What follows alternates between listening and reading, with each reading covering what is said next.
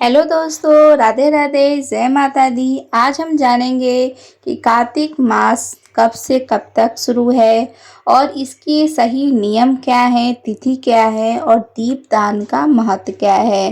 तो पंचांग के अनुसार कार्तिक मास साल का 8वां महीना होता है और यह अत्यंत पवित्र माना गया है। इस मास में भगवान विष्णु योग निद्रा से जागते हैं।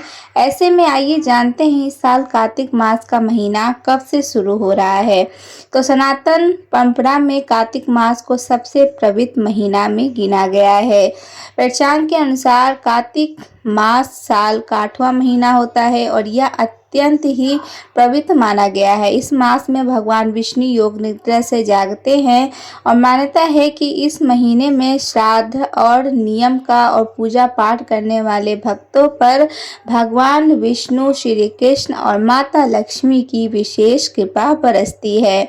तो इसके साथ ही इस पवित्र महीने में भजन कीर्तन, स्नान दान, दीपदान और तुलसी पूजा का विशेष महत्व बताया गया है। धार्मिक मान्यता है कि इस दौरान स्नान दान, दीपदान और तुलसी पूजन करने से व्यक्ति को अच्छे पुण्य की प्राप्ति होती है और सभी पापों का नाश होता है। साथ ही जीवन में सुख, समृद्धि और शांति बनी रहती है। ऐसे में जानिए कि इस साल कार्तिक मास का महीना कब से कब तक शुरू होने वाला है। तो इस साल कार्तिक मास 8 अक्टूबर 2025 से शुरू होकर 5 नवंबर 2025 तक रहेगा। इस पूरे महीने में भगवान श्री विष्णु और श्री कृष्ण की पूजा का विशेष महत्व बताया गया है। तो हिंदू धर्म में कार्तिक मास का धार्मिक महत्व क्या है। हिंदू धर्म में कार्तिक मास को सबसे पुण्यकारी महीना माना गया है। मान्यता है कि इस महीने में सूर्योदय से पहले उठकर स्नान करना अत्यंत शुभ होता है और कहा जाता है कि ऐसा करने से व्यक्ति को अच्छे पुण्य की प्राप्ति होती है और सभी पापों का नाश होता है। वहीं इस पवित्र महीने में भजन कीर्तन, स्नान दान, दीपदान और पूजा का विशेष तुलसी पूजा का विशेष महत्व बताया गया है। धार्मिक मान्यता है कि इस माह में भगवान विष्णु और माता लक्ष्मी की आराधना करने से घर में सुख, समृद्धि और शांति भी बनी रहती है। आपको बता दें कि कार्तिक मास के दौरान कई बड़े त्योहार जैसे करवा चौथ, दीपावली, गोवर्धन पूजा, भाई दूज और छठ पर्व भी मनाए जाते हैं। हिंदू मानता है कि इस पावन महीने में भगवान विष्णु जल में निवास करते हैं, इसलिए गंगा, यमुना या किसी भी पवित्र नदी में स्नान करने से विशेष पुण्य मिलता है। अगर नदी या तीर्थ पर जाकर स्नान संभव ना हो तो आप घर में नहाने के पानी में गंगा जल मिलाकर स्नान करना चाहिए और इसके साथ ही इस महीने में दान करने की भी बहुत बड़ी महत्ता बताई गई है। कार्तिक मास में दीपदान का महीना भी कहा जाता है। इस दौरान रोज सुबह और शाम तुलसी के पौधे तथा मंदिर में शुद्ध घी का दीपक जलाना बेहद शुभ माना गया है। तुलसी पूजा करने और उनकी परिक्रमा करने से परिवार में सुख, समृद्धि और शांति आती है। ऐसा कहा जाता है कि इस महीने में दीप दान करने से माँ लक्ष्मी बेहद प्रसन्न होती हैं। अब हम जान लेते हैं कार्तिक मास में किन नियमों का पालन करना चाहिए। इस पवित्र मास में भगवान विष्णु और कृष्ण के मंत्रों का अधिक से अधिक जप करना चाहिए। इसके साथ ही माता लक्ष्मी की पूजा भी अत्यंत फलदायी मानी गई है। लक्ष्मी जी का आशीर्वाद पाने के लिए इस दौरान श्री शक्तुक्त, कनक धारा स्रोत, लक्ष्मी स्रोत और श्री विष्णु सहस्त्र नाम का पाठ करना चाहिए। कार्तिक मास में श्री कृष्ण जी की पूजा के लिए भी सबसे उत्तम माना गया है। कार्तिक मास को दीपदान का महीना भी कहा जाता है। तो इस दौरान नियमित रूप से तुलसी के पौधे तथा मंदिर में शुद्ध घी का दीपक जरूर जलाना चाहिए। मान्यता है कि इस महीने में गंगा, यमुना या किसी भी पवित्र नदी में स्नान करने से विशेष पुण्य मिलता है। कार्तिक मास में आप कोई वाद विवाद से बचना चाहिए और इसके साथ ही मन को संयम रखें और किसी भी निंदा ना करें। अब हम जान लेते हैं कार्तिक मास में सुबह में कितने बजे नहाना चाहिए। ये सबसे बड़ी परेशानी होती है कि हमें सूर्योदय के पहले कितने बजे नहाना चाहिए। तो कार्तिक मास में सूर्योदय से पहले नहाना चाहिए, विशेष रूप से तारों की छांव में, जो कि सूर्योदय से लगभग 1.5 घंटा पहले होता है, ताकि विष्णु जी का आशीर्वाद प्राप्त हो सके, पाप धुल सके। यह समय कार्तिक स्नान के लिए शुभ माना जाता है। सूर्योदय के पहले कार्तिक मास के दौरान हर दिन सूर्योदय से पहले ही स्नान करना चाहिए। तारों की छांव में इस समय का सबसे उत्तम पहर तारों की छांव वाला माना जाता है, जो लगभग 4 से 5 बजे के बीच में होता है। क्यों नहाना चाहिए? पुण्य की प्राप्ति के लिए। कार्तिक मास में सूर्योदय से पहले स्नान करने से अनेक यज्ञ करने जितना पुण्य मिलता है। मतलब कार्तिक मास में सूर्योदय में पहले नहाने से आपको अनेक यज्ञ करने का जितना पुण्य मिलता है। पापों का नाश। इस माह में स्नान करने से पूर्व जन्मों के पाप समाप्त हो जाते हैं और साधक को मोक्ष की भी प्राप्ति होती है। भगवान विष्णु का आशीर्वाद के लिए इस दौरान श्री हरि जल में निवास करते हैं। इसके लिए स्नान करने से उन पर भगवान विष्णु का भी आशीर्वाद बरसता है। मानसिक शांति। कार्तिक स्नान में सुख, समृद्धि, आयोग और मानसिक शांति भी प्राप्त होती है।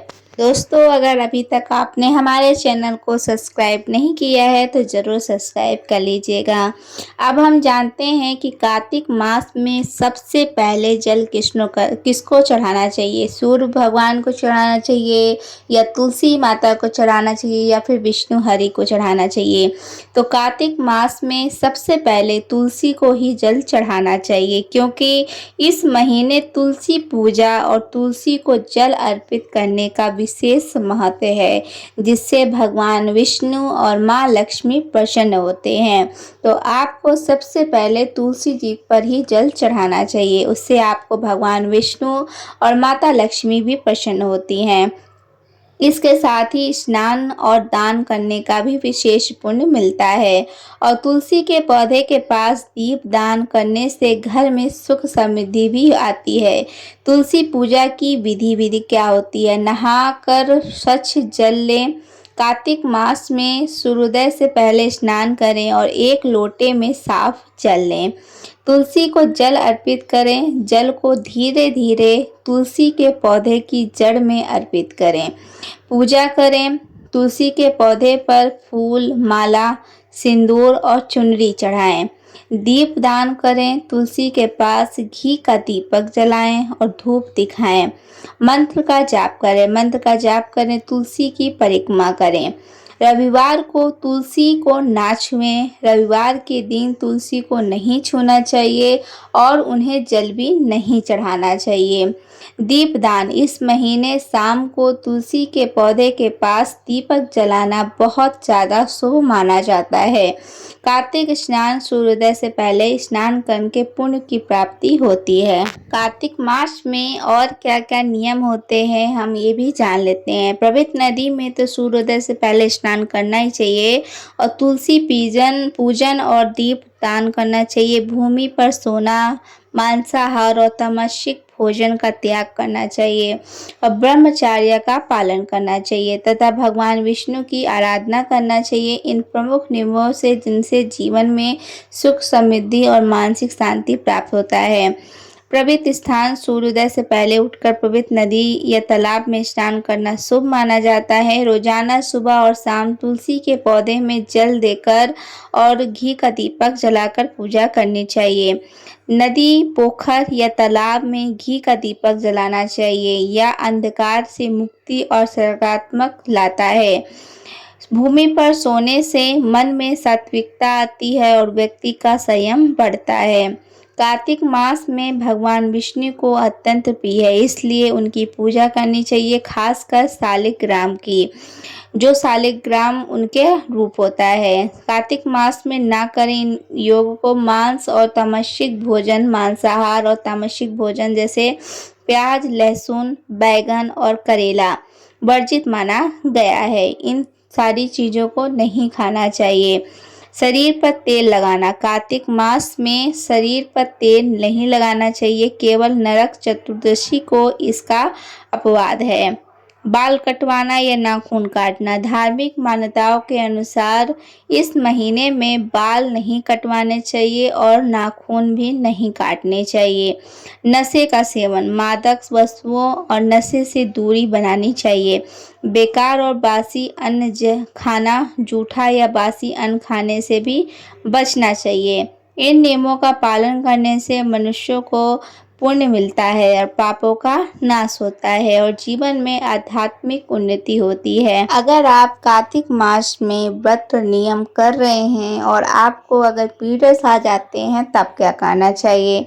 तो कार्तिक मास के दौरान अगर पीरियड्स आने पर आप कुछ धार्मिक या शारीरिक उपाय कर सकती हैं, जैसे गर्म पानी से स्नान करना, योग और व्यायाम करना, अदरक और गुड़ का सेवन करना और पपीता व अनानास जैसे फल खाना। आप दीपदान, तुलसी पूजा या मंदिर में भगवान को घी का दीपक जलाने से जैसे कार्य भी कर सकती हैं, क्योंकि ये कार्य परिवार में सुख समृद्धि लाते हैं। गर्म पानी से स्नान करें, शरीर को आराम मिलता है और रक्त संचार बढ़ता है। अदरक और गुड़ का सेवन करें, यह शरीर को गर्मी प्रदान करता है और हार्मोन्स को संतुलित करने में मदद करता है। योग और व्यायाम रक्त के प्रवाह को बढ़ाकर मासिक धर्म को लाने में मदद करता है। इन फलों पर पाए जाने एंजाइम मासिक धर्म को उत्तेजित कर सकते हैं।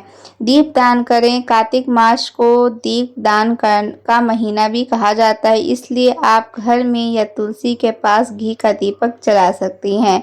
तुलसी पूजा और परिक्रमा करें, ऐसा करने से परिवार में सुख समृद्धि और शांति आती है। भगवान कृष्ण को दीपक दिखाएं। कार्तिक मास में हर रोज भगवान कृष्ण को एक दीपक दिखाने से बहुत फायदा होता है। अगर आप व्रत रख रही हैं और आपको पीरियड्स आ जाते हैं तो भी आप व्रत का पालन करना चाहिए और इससे व्रत टूटता नहीं है। इस अवधि में मसूर दाल और उड़द दाल जैसे प्रोटीन युक्त भोजन का भी त्याग करना चाहिए, क्योंकि इन्हें मांसाहारी भी माना जाता है। बार बार पीरियड्स को समायोजित करने के लिए हार्मोन दवाइयों का उपयोग करने से हार्मोन असंतुलन हो सकता है, इसलिए डॉक्टर की सलाह जरूर लेनी चाहिए। और अब हम जान लेते हैं तुलसी माता को सिंदूर लगाना चाहिए कि नहीं। तो तुलसी माता को सिंदूर लगाना चाहिए, क्योंकि यह धार्मिक और ज्योतिष रूप से शुभ माना जाता है। यह वैवाहिक जीवन में खुशहाली लाता है और धन धान्य की वृद्धि करता है और मंगल ग्रह को मजबूत करता है। तुलसी के पौधे में माँ लक्ष्मी का वास होता है और सिंदूर चढ़ाने से उनकी कृपा बनी रहती है। सिंदूर लगाने के क्या क्या लाभ होते हैं? धार्मिक लाभ, तुलसी को सुहाग का प्रतीक माना जाता है और सिंदूर उन्हें चढ़ाने से सौभाग्य और सुहाग की रक्षा होती है। आर्थिक लाभ, तुलसी पर सिंदूर चढ़ाने से माँ लक्ष्मी प्रसन्न होती हैं, जिससे धन धान्य में वृद्धि होती है और आर्थिक तंगी भी दूर होती है। वैवाहिक जीवन में खुशहाली, यह पति पत्नी के रिश्ते को गहरा करता है, दाम्पत्य जीवन को कष्टों को दूर करता है और जीवन साथी के लंबे और स्वस्थ जीवन की कामना की जाती है। मंगल ग्रह मजबूत, ज्योतिष के अनुसार सिंदूर का संबंध मंगल ग्रह से है और तुलसी पर इसे चढ़ाने से कुंडली में मंगल ग्रह मजबूत होता है। सकारात्मक ऊर्जा, वास्तु के अनुसार तुलसी में सिंदूर लगाने से घर में सकारात्मक ऊर्जा का संचार होता है और घर में खुशहाली आती है। सिंदूर लगाने के क्या क्या नियम होते हैं? सिंदूर को जल में मिलाकर नहीं बल्कि कोरा ही अर्पित करना चाहिए। सिंदूर को कभी भी जल में मिलाकर नहीं लगाना चाहिए, उसको केवल कोरा ही अर्पित करना चाहिए। नहाने के बाद सिंदूर लगाकर ही तुलसी में जल अर्पित करना शुभ माना जाता है। नहाने के बाद आप पहले अपने आप को सिंदूर लगाएं, उसके बाद तुलसी में जल अर्पित करना चाहिए। तुलसी विवाह के दिन यानी देव उठना एकादशी पर तुलसी को दुल्हन की तरह सिंदूर, हल्दी, चूड़ी और साड़ी जैसी चढ़ाई जाती हैं। कार्तिक मास में सूर्य को जल कब देना चाहिए? कार्तिक मास में सूर्य को जल चढ़ाएं तो प्रतिदिन सुबह जल्दी उठकर स्नान करने के बाद चढ़ाना चाहिए, क्योंकि यह समय स्नान, दान और जप ध्यान के लिए बहुत फलदायी माना जाता है। षष्ठी और सप्तमी तिथि पर अस्तांगमी और उदय होते हुए सूर्य को अर्घ्य दिया जाता है और आप सूर्य का मंत्र जाप करना चाहिए। उसे तांबे के पात्र से जल अर्पित करना चाहिए। सूर्य को जल चढ़ाने के सही तरीके क्या होते हैं? सूर्योदय से पहले उठें। कार्तिक मास में सुबह जल्दी उठकर स्नान करें और पूर्व दिशा की ओर मुख करें और जल चढ़ाते समय अपना मुख पूर्व दिशा की ओर रखें।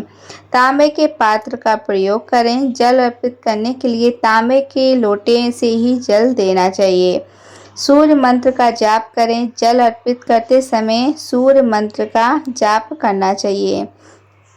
अर्घ्य देते समय, जल चढ़ाते समय आँखों को बंद ना करें और जल के द्वारा बढ़नी परछाई को अपनी आँखों पर पड़ने दें। सबसे ज़्यादा खास कौन सा 2 दिन होता है? चलिए आज हम ये भी जान लेते हैं। कार्तिक मास में शुक्ल पक्ष की षष्ठी और सप्तमी तिथि पर सूर्य को अर्घ्य देना बहुत ज़्यादा शुभ माना जाता है। कार्तिक मास में स्नान, दान, जप, ध्यान और पूजा पाठ करने के लिए बहुत पवित्र माना गया है। इस मास में भगवान विष्णु की पूजा करने से सुख, समृद्धि और आरोग्य की प्राप्ति होती है। तो दोस्तों, ये थी कुछ जानकारी जो हमने आपके साथ शेयर की है। अगर आपको हमारी ये जानकारी पसंद आई होगी तो हमारे चैनल को सब्सक्राइब कर लीजिएगा, वीडियो को लाइक कर दीजिएगा और फैमिली फ्रेंड में शेयर